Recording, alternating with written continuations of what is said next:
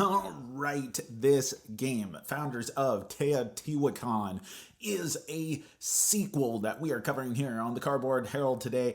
By the way, my name is Jack. Normally I say that, but I got so many things to say about this game that I'm just eager to get ahead. I'm champing at the bit. So what is this game? This is a thematic and somewhat design influence follow-up to Teotihuacan. This is a spatial arrangement tableau city building type of game that has all kinds of tetromino pieces that you're going to be fitting into place on your personal tableau to hopefully have the most points by the end of the game.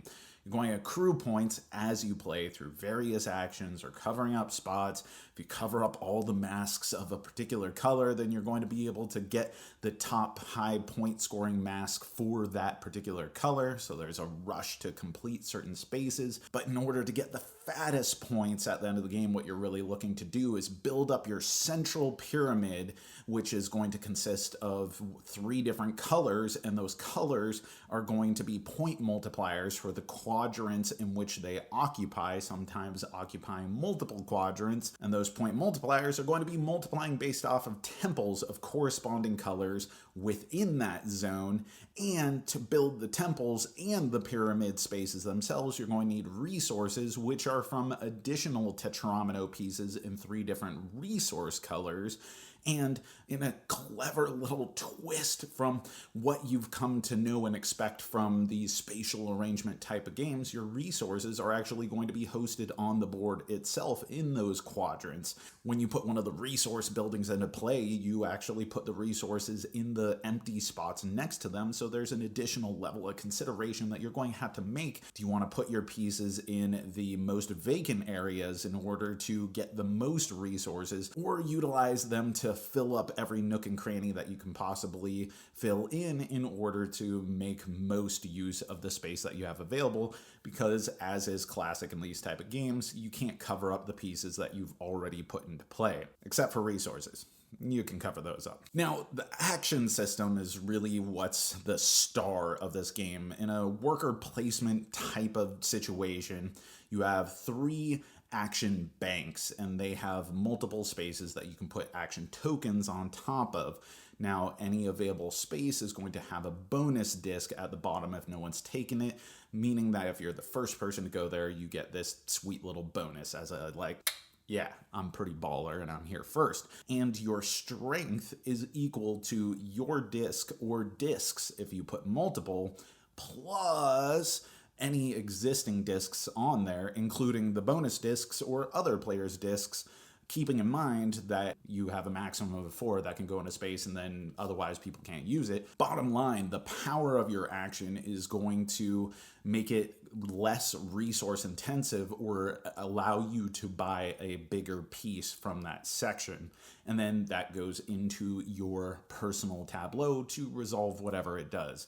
Now, alternatively, instead of taking any of the build actions in those same 3 depots are influence actions, which are more manipulation of the different things that you acquire from the above building sections. You can produce additional resources from the resource buildings. You can activate the one-time worship tiles that you've acquired from your temples, and then you can just increase your influence in the world just for some immediate points, which is pretty sweet too. So all of this is to say is that this game essentially boils down to 3 different action spots that give you a choice of 2 different actions each, and you are going to take pieces, put them onto your tableau, and the last little hijink of it is that every one of your turns, your architect is going to move to a different side of your tableau, representing the half, the 2 sections of the board that you are able to activate or interact with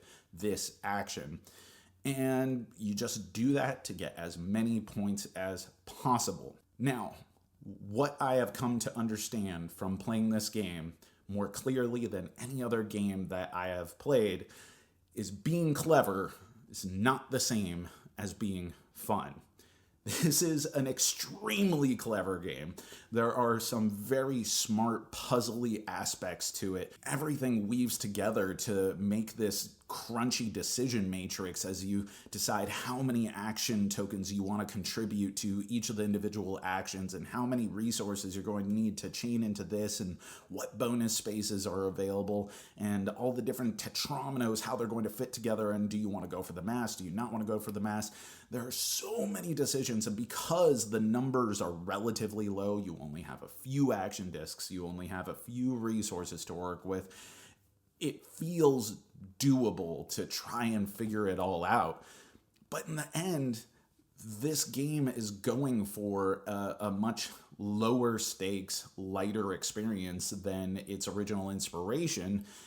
And I find that it has all the complexity in the world, but not a lot of depth. It's a game that I felt very much was at odds with me having a good time playing it. Now, fun is entirely subjective, but bear in mind, fun is exactly what I was looking to have out of this game. And it's not just the design. Yes, that ultra crunchy, puzzly element without feeling like I had depth to sink my teeth into was a big barrier for me in this game, but it extends beyond that. It's like the game was challenging me to have a good time with it, from the meticulous setup that has to be done with 21 individual steps, and some of those kind of feel like combined steps, laboriously laying out the tiles that are available to players each round, and there's no insert whatsoever to speak of, so you're expected to come up with some sort of organizational tools. Otherwise, the gobs of individual components, which have to specifically be put out of each individual type, just get thrown together in a bag, which is what I did. Before you even start playing the game, you're required to make foundational decisions by setting up your pyramid tiles. You have 3 starting pyramid tiles onto your board, already defining certain sections that you're relegating to certain multipliers and taking the bonus action beneath, which can have huge consequences. It feels like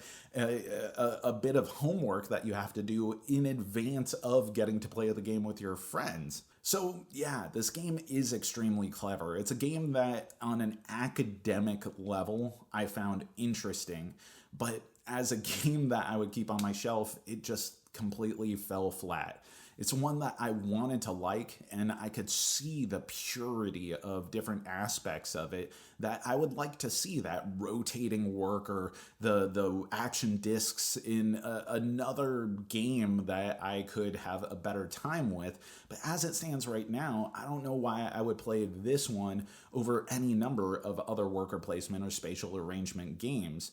Now, you may be like, Jack, that sounds like exactly the kind of experience I'm looking for, which is entirely valid. And if that's the case, then I don't want to leave you with the impression that the design itself is somehow imbalanced or unpure. It's skillfully crafted, it's vibrantly presented, and the solo mode itself is really fluid with 2 automated players, and the action decision system is set up in a way that I'm like, dude, I want to see this level of automation in other games, making for a really interesting experience. Adding to that there's these bonkers challenge modes that you're going to apply 3 random ones each time that you play, which is a clever idea and concept, but again, the execution of that feels like you have to write them down separately to remember, so halfway through the game you're like, wait, what are the parameters that I'm having to play against?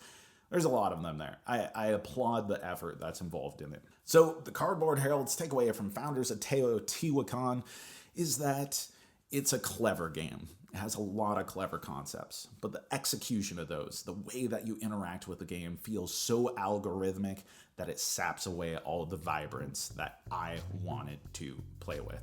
And that is our review. Let us know, what do you think of this game? What do you think of these types of games? What are your favorite spatial arrangement games, and what would you recommend as an alternative? What did you think of the original, and how do you think that this is going to stack up? Let us know in the comments below. Thanks for watching, thanks for supporting, thanks for being an awesome community to make this such a special place. As always, I've been Jack for the Cardboard Herald.